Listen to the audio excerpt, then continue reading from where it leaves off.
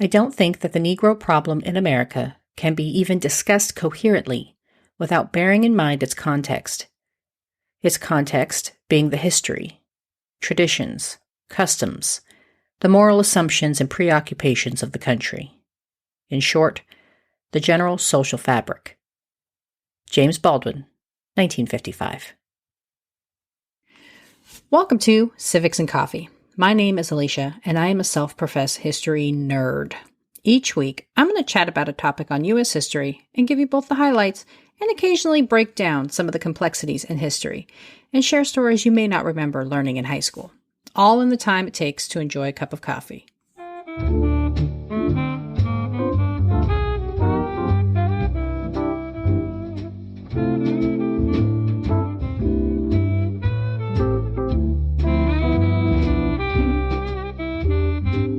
Hey everyone, welcome back. Last week, I began the story of one of the most well-known writers of the 20th century, James Baldwin, thanks to a listener request I received from good friend, newlywed, and former guest, Ethan. Of course, as I mentioned last time, Baldwin's life and career was so prolific that I felt I could not do it justice in a single episode. So this week, I am wrapping up the life and legacy of author and civil rights icon, James Baldwin. Grab your cup of coffee, peeps. Let's do this. Last episode, I covered Baldwin's early years growing up in Harlem, New York. The eldest of 9, Baldwin struggled under the weight of his stepfather and suffered significant emotional abuse. Trying to find a place in the world, Baldwin briefly turned to religion before striking out on his own. But New York proved to be an isolating and suffocating place for the budding writer, and thus, after winning a fellowship, James packed his things and made his way toward Paris, carrying the last $40 of the award with him in his pocket. For Baldwin, Paris represented an opportunity, not just to prove to himself whether he could make a career as a novelist, but it also gave him a chance to further explore his identity. One of the issues plaguing him in the United States was the overt and pervasive racism he witnessed and experienced frequently. And while France wasn't without its own racial discrimination, it did not have the same history as the United States, and so Baldwin could, for example, walk hand in hand with a white woman without being concerned about harassment or experiencing brutality at the hands of others. Baldwin was not alone in his sojourn across the Atlantic, as several other Black writers and artists had made a similar decision to escape the confines of America in the hope of finding their creative spark. Having no money and little means of supporting himself, Baldwin leaned into the bohemian lifestyle. A common practice for writers of the 19th and 20th centuries, the lifestyle prioritized community living and turned away from the quote-unquote norms of society in favor of prioritizing artistic expression. Baldwin lived amongst his friends, fellow writers, and other artists, and contributed when he could. Despite how fairly common the bohemian lifestyle was in France, and amongst writers particularly, Baldwin was always aware of his lack of funds, and later wrote he thought of himself as a freeloader. Shortly after his arrival, James became ill, requiring treatment with a Madame Dumont at the Vernu in January of 1949. Also a man who felt isolated and in search of community, the bout of illness triggered a sense of homesickness, and he began to wonder whether coming to Paris was a worthy endeavor. Here he was, a few months into his Parisian residency, and James had made little progress on his attempts at writing his first novel. A man who already suffered from depression, the isolation he experienced in Paris only served to amplify his darkest fears of never becoming a true author. While he had been paid for various writing projects, they were primarily essays and book reviews. To Baldwin, that was not enough. Anyone could be paid for writing. He needed to be a novelist. But despite his sense of isolation and bouts of depression, Paris proved to be a valuable learning experience. It was in Europe that Baldwin found a sense of his culture and his American identity. Despite his sense of inadequacy, Baldwin continued writing essays and published Everybody's Protest novel in 1949. This was one of several critiques Baldwin would write about his friend and mentor, Richard Wright. In the essay, Baldwin took Wright to task in his overall criticism of the Protest novel. His essay begins with a scathing critique of Harriet Beecher Stowe's Uncle Tom's Cabin, before moving into Wright's native son. In one especially rough segment, Baldwin compares the characters in each book, writing, quote, "Bigger is Uncle Tom's descendant, flesh of his flesh, so exactly opposite a portrait that when the books are placed together, it seems that the contemporary Negro novelist and the dead New England woman are locked together in a deadly timeless battle. The one uttering merciless exhortations, the other shouting curse." End quote. While Baldwin was making a larger criticism of the writing style, the decision to go after his friend and mentor Richard Wright caused a rift between the two, and their relationship would remain tense until Wright's death in 1960. Despite the damage it caused to his personal relationships, Baldwin's essay garnered him new attention, bestowing upon him the charge of being the, quote, "most promising young Negro writer since Richard Wright." End quote. 1949 seemed like a year of highs and lows for Baldwin, as it was also the year that Baldwin found himself on the wrong side of the Parisian police force, getting arrested for the possession of stolen goods.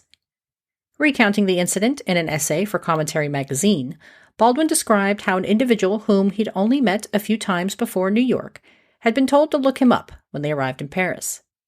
The two had a night of good fun and drink when James decided to get his new friend a room at the same old hotel he occupied. The American tourist, who described a terrible hotel experience at his original accommodations, apparently decided to steal a sheet in revenge, which he passed on to Baldwin. A few days later, police arrived in search of the stolen sheet, and the two Americans were placed under arrest. Eternally in search of identity and understanding his place in the world, Baldwin spent his time in the Parisian prison cell trying to work out what and who he was.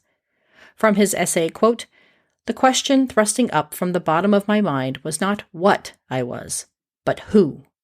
And this question, since a what can get by with skill, but a who demands resources, was my first real intimation of what humility must mean." End quote. Luckily, the charges against Baldwin and his friend were dropped, and he escaped any significant punishment. But the memory of his time stayed with him, if only to highlight the fact that at least one of his many identities was American. The scary experience now behind him, James continued to tinker away at his writing. He decided to join his friend, Lucien Habsburger, at his home in a Swiss village where, Baldwin hoped, he could finally complete his novel. Far removed from the hustle and bustle of Paris, Baldwin successfully completed the manuscript, sending it to a publisher in New York in 1952.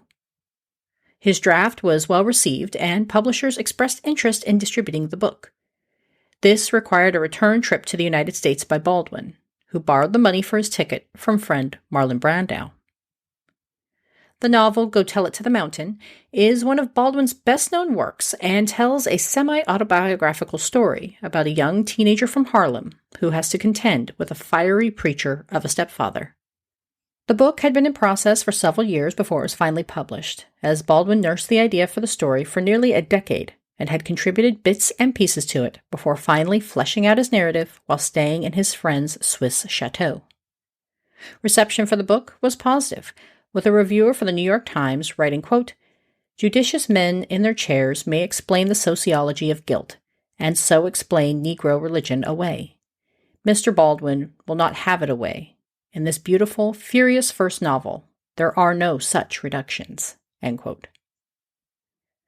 Newly minted as the next great writer of his generation, James Baldwin returned to Paris in 1954, where he published his first play, The Amen Corner. Again, exploring the meaning of religion in Black life, the stage production focuses on a female preacher who receives a surprise visit from her estranged husband. His next major literary work was a collection of essays titled Notes of a Native Son, which was published in 1955. The manuscript included essays previously published, such as his 1949 piece, Everybody's Protest Novel, and filled with his observations on race in America and Europe. The collection touched on a number of themes that were prevalent in all of Baldwin's writing. As biographer David Leeming notes, Baldwin's essays captured, quote, "the search for identity in a world that, because of its racial myths, cannot recognize reality." End quote. The collection was well received in white America, further enhancing his profile and writing career. Continuing to push the envelope in his novels, James next explored homosexuality in his 1956 story Giovanni's Room.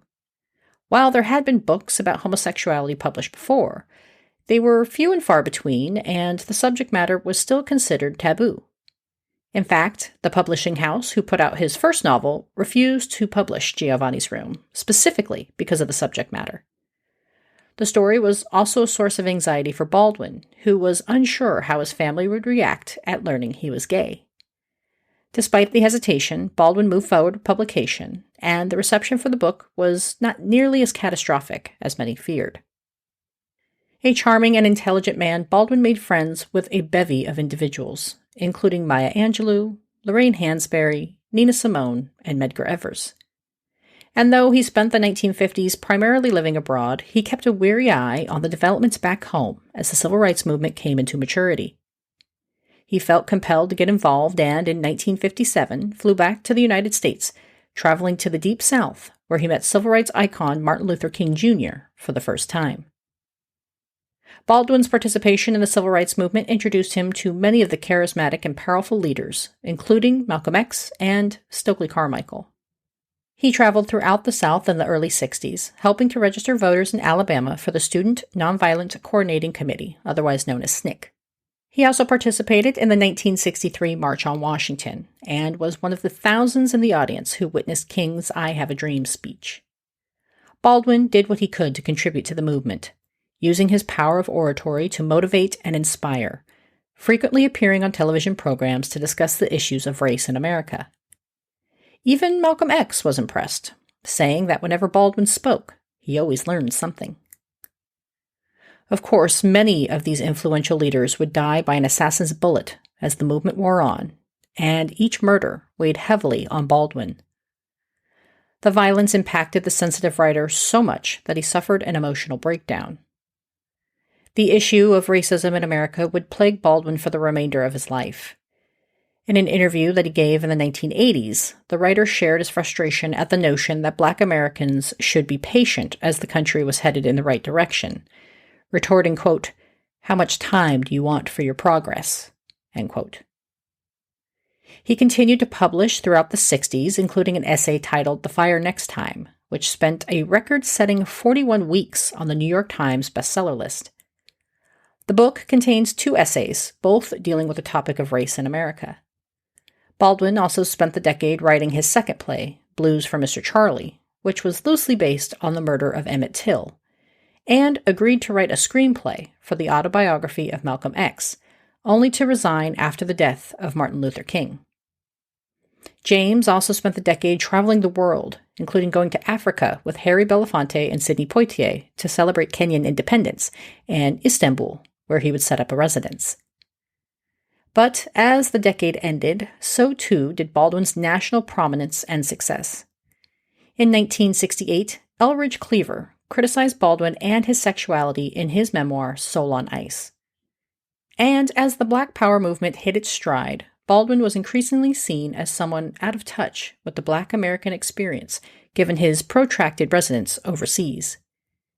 Despite the criticism, Baldwin continued to write and published his 5th novel, If Beale Street Could Talk, in 1974, followed by Just Above My Head in 1979. In 1983, Baldwin accepted a teaching post in Massachusetts, serving as a professor of literature and African American studies at the universities making up the Amherst College network. He seemed to get a renewed joy at working with students, recharging his creative spirit by listening to their work and mentoring budding writers. But his home remained in the south of France, and it was here that Baldwin was diagnosed with and died from stomach cancer early in the morning hours of December 1st, 1987. He was 63. His funeral was held just a week later in New York, with luminaries such as Maya Angelou in attendance. His influence continues to this day. His books are frequently listed as must-reads and have been listed in the best books written in the 20th century. And one of his unfinished manuscripts became the 2016 documentary, I Am Not Your Negro. His books have been challenged by parents across the country given his frank discussions of homosexuality, religion, and race in the United States. An artist who wrote to find his truth, James Baldwin was a man who sought beauty through his fear. In a review of his work and legacy written in 1998, writer Hilton Ailes reflected, quote, "He was at his best when he was writing about some aspect of life or politics that reflected his interior self. He contained a multitude of worlds, and those worlds were his true subject." End quote.